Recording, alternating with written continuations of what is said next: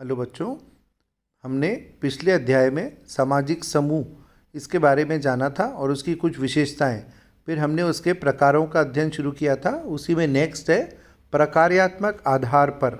इसका मतलब है कि प्रत्येक व्यक्ति अपने जीवन में अपनी आवश्यकताओं के आधार पर कुछ समूह का निर्माण करता है। व्यक्ति की उसकी अपनी शैक्षणिक, व्यावसायिक, राजनीतिक, मनोरंजन से संबंधित, कलात्मक, ऐसी कई आवश्यकताओं की पूर्ति व्यक्ति इन्हीं समूह के माध्यम से करता है। जैसे आपने देखा होगा कि हर नगर के अंदर अपने कुछ स्कूल्स होते हैं, कुछ व्यावसायिक संघ होते हैं, कोई संगीत मंडली होती है। तो व्यक्ति किसी भी उद्देश्य को लेकर अपने जीवन में इन समूह का सदस्य बनता है और जैसे ही उसका उद्देश्य पूरा हो जाता है वो उस समूह की सदस्यता छोड़ देता है। नेक्स्ट है आकांक्षा के आधार पर संदर्भ समूह। इसका मतलब है कि व्यक्ति अपने जीवन में, संदर्भ समूह का मतलब है कि किसी अन्य समूह को देखकर वैसा बनने का प्रयास करता है, क्योंकि व्यक्ति उस समूह का सदस्य तो नहीं है लेकिन उस समूह का सदस्य बनने की इच्छा रखता है। जैसे हम एक एग्जांपल लें कि मैं कॉलेज का शिक्षक हूँ और मैं एक विद्यार्थियों को पढ़ाता हूँ। तो विद्यार्थी जो भी मेरी क्लास के हैं, अगर कोई भी टीचर उनके जीवन में उनको अच्छा लगता है तो वो वैसा बनने की सोचते हैं कि मैं भी अपनी पढ़ाई पूरी करूँगा, आगे चलकर मैं भी एक अच्छा शिक्षक बनूंगा, कॉलेज में पढ़ाऊंगा या किसी अच्छे स्कूल में पढ़ाऊंगा। तो वो उस समय तो छात्र है लेकिन उसकी इच्छा क्या है? शिक्षक समूह में शामिल होने की। तो वो जो समूह है, जो व्यक्ति खुद उस छात्र जो है वो उस समय भले एक छात्र समूह से जुड़ा है लेकिन वो एक अगर शिक्षक समूह से जुड़ने की इच्छा रखता है या उस संदर्भ में अपने आप को देख रहा है तो वो आकांक्षा के आधार पर बनाए गए समूह कहलाते हैं। और नेक्स्ट है इसमें सामाजिक संबंधों का आधार। इसका मतलब होता है कि यह भी समूह के वर्गीकरण के आधार पर है कि आज व्यक्ति के जो समाज में अनेक प्रकार के संबंधों का वो निर्माण करता है, उन्हीं संबंधों के आधार पर आपने देखा होगा कि व्यक्ति जीवन में प्रमुख रूप से दो प्रकार के समूह से जुड़ता है, एक प्राथमिक और दूसरा द्वितीयक। अब प्राथमिक समूह कौन से हैं? जो व्यक्ति जहाँ अपने जीवन का अधिकतम समय गुजारता है, जिनके साथ व्यक्ति के लिए उसके मन में हम की भावना होती है, वो सब व्यक्ति के जीवन के प्राथमिक समूह हैं। जैसे व्यक्ति का परिवार, उसका पड़ोस, उसका मित्र समूह, उसका समुदाय, ये सब व्यक्ति के जीवन के प्राथमिक समूह हैं जिनके साथ व्यक्ति अपने जीवन का अधिकतम समय गुजारता है। तो इसलिए उन्हें हम उसका प्राथमिक समूह कहते हैं। और द्वितीयक समूह होते हैं कि जहाँ व्यक्ति केवल किसी उद्देश्य को लेकर उन समूह का सदस्य बनता है और उद्देश्य पूरा होते ही उन समूह की सदस्यता छोड़ देता है। तो ये दो प्रकार के समूह हैं जो व्यक्ति के जीवन में सामाजिक संबंधों के आधार पर पाए जाते हैं, प्राथमिक समूह और द्वितीयक समूह। अब हम इसमें सबसे पहले प्राथमिक समूह क्या है इसके बारे में जानेंगे। तो चार्ल्स कूले ने प्राथमिक समूह से संबंध जो बताया है, उनके अनुसार उनका तात्पर्य ऐसे समूह से है जिनके आमने सामने के घनिष्ठ संबंध और सहयोग के रूप में संबंध पाए जाते हैं, वो व्यक्ति के जीवन के प्राथमिक समूह होते हैं। आमने सामने का मतलब जहां व्यक्ति अपने जीवन का अधिकतम समय अपने प्राथमिक समूह के सदस्यों के बीच गुजारता है।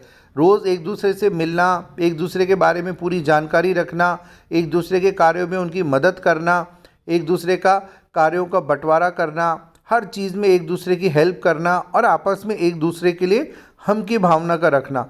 तो ये हम की भावना का मतलब तभी होगा कि जब व्यक्ति सहानुभूति, एक दूसरे के साथ अटैचमेंट, ये सब चीज़ें ही लोगों को आपस में जोड़े रखती हैं। तो ऐसे समूह व्यक्ति के जीवन के प्राथमिक समूह के कहलाते हैं जहाँ व्यक्ति का अधिकतम समय उनके बीच व्यतीत होता है। अब प्राथमिक समूह की जो मैंने अभी बताया आपको कि उसमें उसका पड़ोस, उसका परिवार, उसका मित्र समूह, उसके नातेदार, उसका समुदाय, ये सब व्यक्ति के जीवन के प्राथमिक समूह के सदस्य हैं, जो व्यक्ति जिनके साथ अपने जीवन का अधिकतम समय व्यतीत करता है।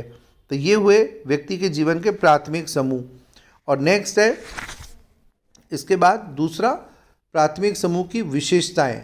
अब प्राथमिक समूह की विशेषताओं में सबसे पहली जो है वो है शारीरिक समीपता। इसका मतलब क्या है कि जहाँ व्यक्ति रोज़ एक दूसरे के साथ उठता बैठता है, खाता पीता है, साथ पढ़ता है, रोज़ एक दूसरे से बातचीत करता है, अपनी भावनाओं का आदान प्रदान करता है, हर एक के बारे में पूरी जानकारी रखता है, एक दूसरे के साथ पूरा सहयोग करता है, तो ये चीज़ें जिस विशेषताओं में पाई जाती हैं वो व्यक्ति का प्राथमिक समूह की पहली विशेषता ये आई, शारीरिक समीपता, ताकि रोज़ एक दूसरे से मिलना और एक दूसरे की संपूर्ण जानकारी रखना। जैसे हम लोग घर में रहते हैं, हम किसी काम से घर से बाहर जाते हैं, पिताजी नौकरी करते हैं, बिजनेस करते हैं, बच्चे स्कूल जाते हैं, कोई भी घर के बड़े बुजुर्ग बाहर जाकर काम करते हैं, लेकिन शाम को हम सब साथ बैठकर रोज़ाना खाते पीते हैं और जीवन का अधिकतम समय एक दूसरे के साथ व्यतीत करते हैं। तो ये उसकी पहली विशेषता आई, शारीरिक समीपता। दूसरी है समूह का लघु आकार, अर्थात समूह जितना छोटा होगा उतना ही सदस्यों के बीच निकटता और घनिष्ठता होगी। यदि समूह का आकार बड़ा है तो सदस्य रोज़ एक दूसरे से नहीं मिल पाएंगे, इसलिए प्राथमिक समूह में सदस्यों की संख्या कम पाई जाती है। लोग रोज़ाना एक दूसरे से मिलते हैं और रोज़ाना एक दूसरे की पूरी जानकारी रखते हैं, इसलिए उन्हें प्राथमिक समूह कहा जाता है, क्योंकि यहाँ सदस्यों की संख्या कम और निश्चित होती है। तीसरा, संबंधों की अवधि, अर्थात कि प्राथमिक समूह जो भी होगा उनमें जो व्यक्तियों के बीच एक दूसरे के साथ सामाजिक संबंध होते हैं वो लंबे समय तक समाज में बने रहते हैं। आज हम जीवन में जिस परिवार में रहते हैं, पड़ोस में रहते हैं, दोस्तों के बीच उठते बैठते हैं, हम सबके बीच प्राथमिक संबंध जो हैं वो बहुत गहरे होते हैं। रोज़ाना आपस में एक दूसरे के साथ उठना बैठना, जीवन में एक दूसरे के प्रति विश्वास लोगों को और ज़्यादा जोड़ता है। आज हम अपने माँ बाप, भाई बहन, माता पिता, दादा दादी, इन सब के साथ जीवन का अधिकतम समय व्यतीत करते हैं।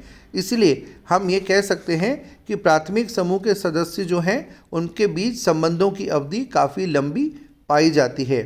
अब ये तो हुआ प्राथमिक समूह और उसकी विशेषताएं क्या हैं। अब इसके अंदर हम देखेंगे नेक्स्ट प्राथमिक समूह की आंतरिक विशेषताएं। ये मैं आपको नेक्स्ट वीडियो में बताऊंगा। Thank you.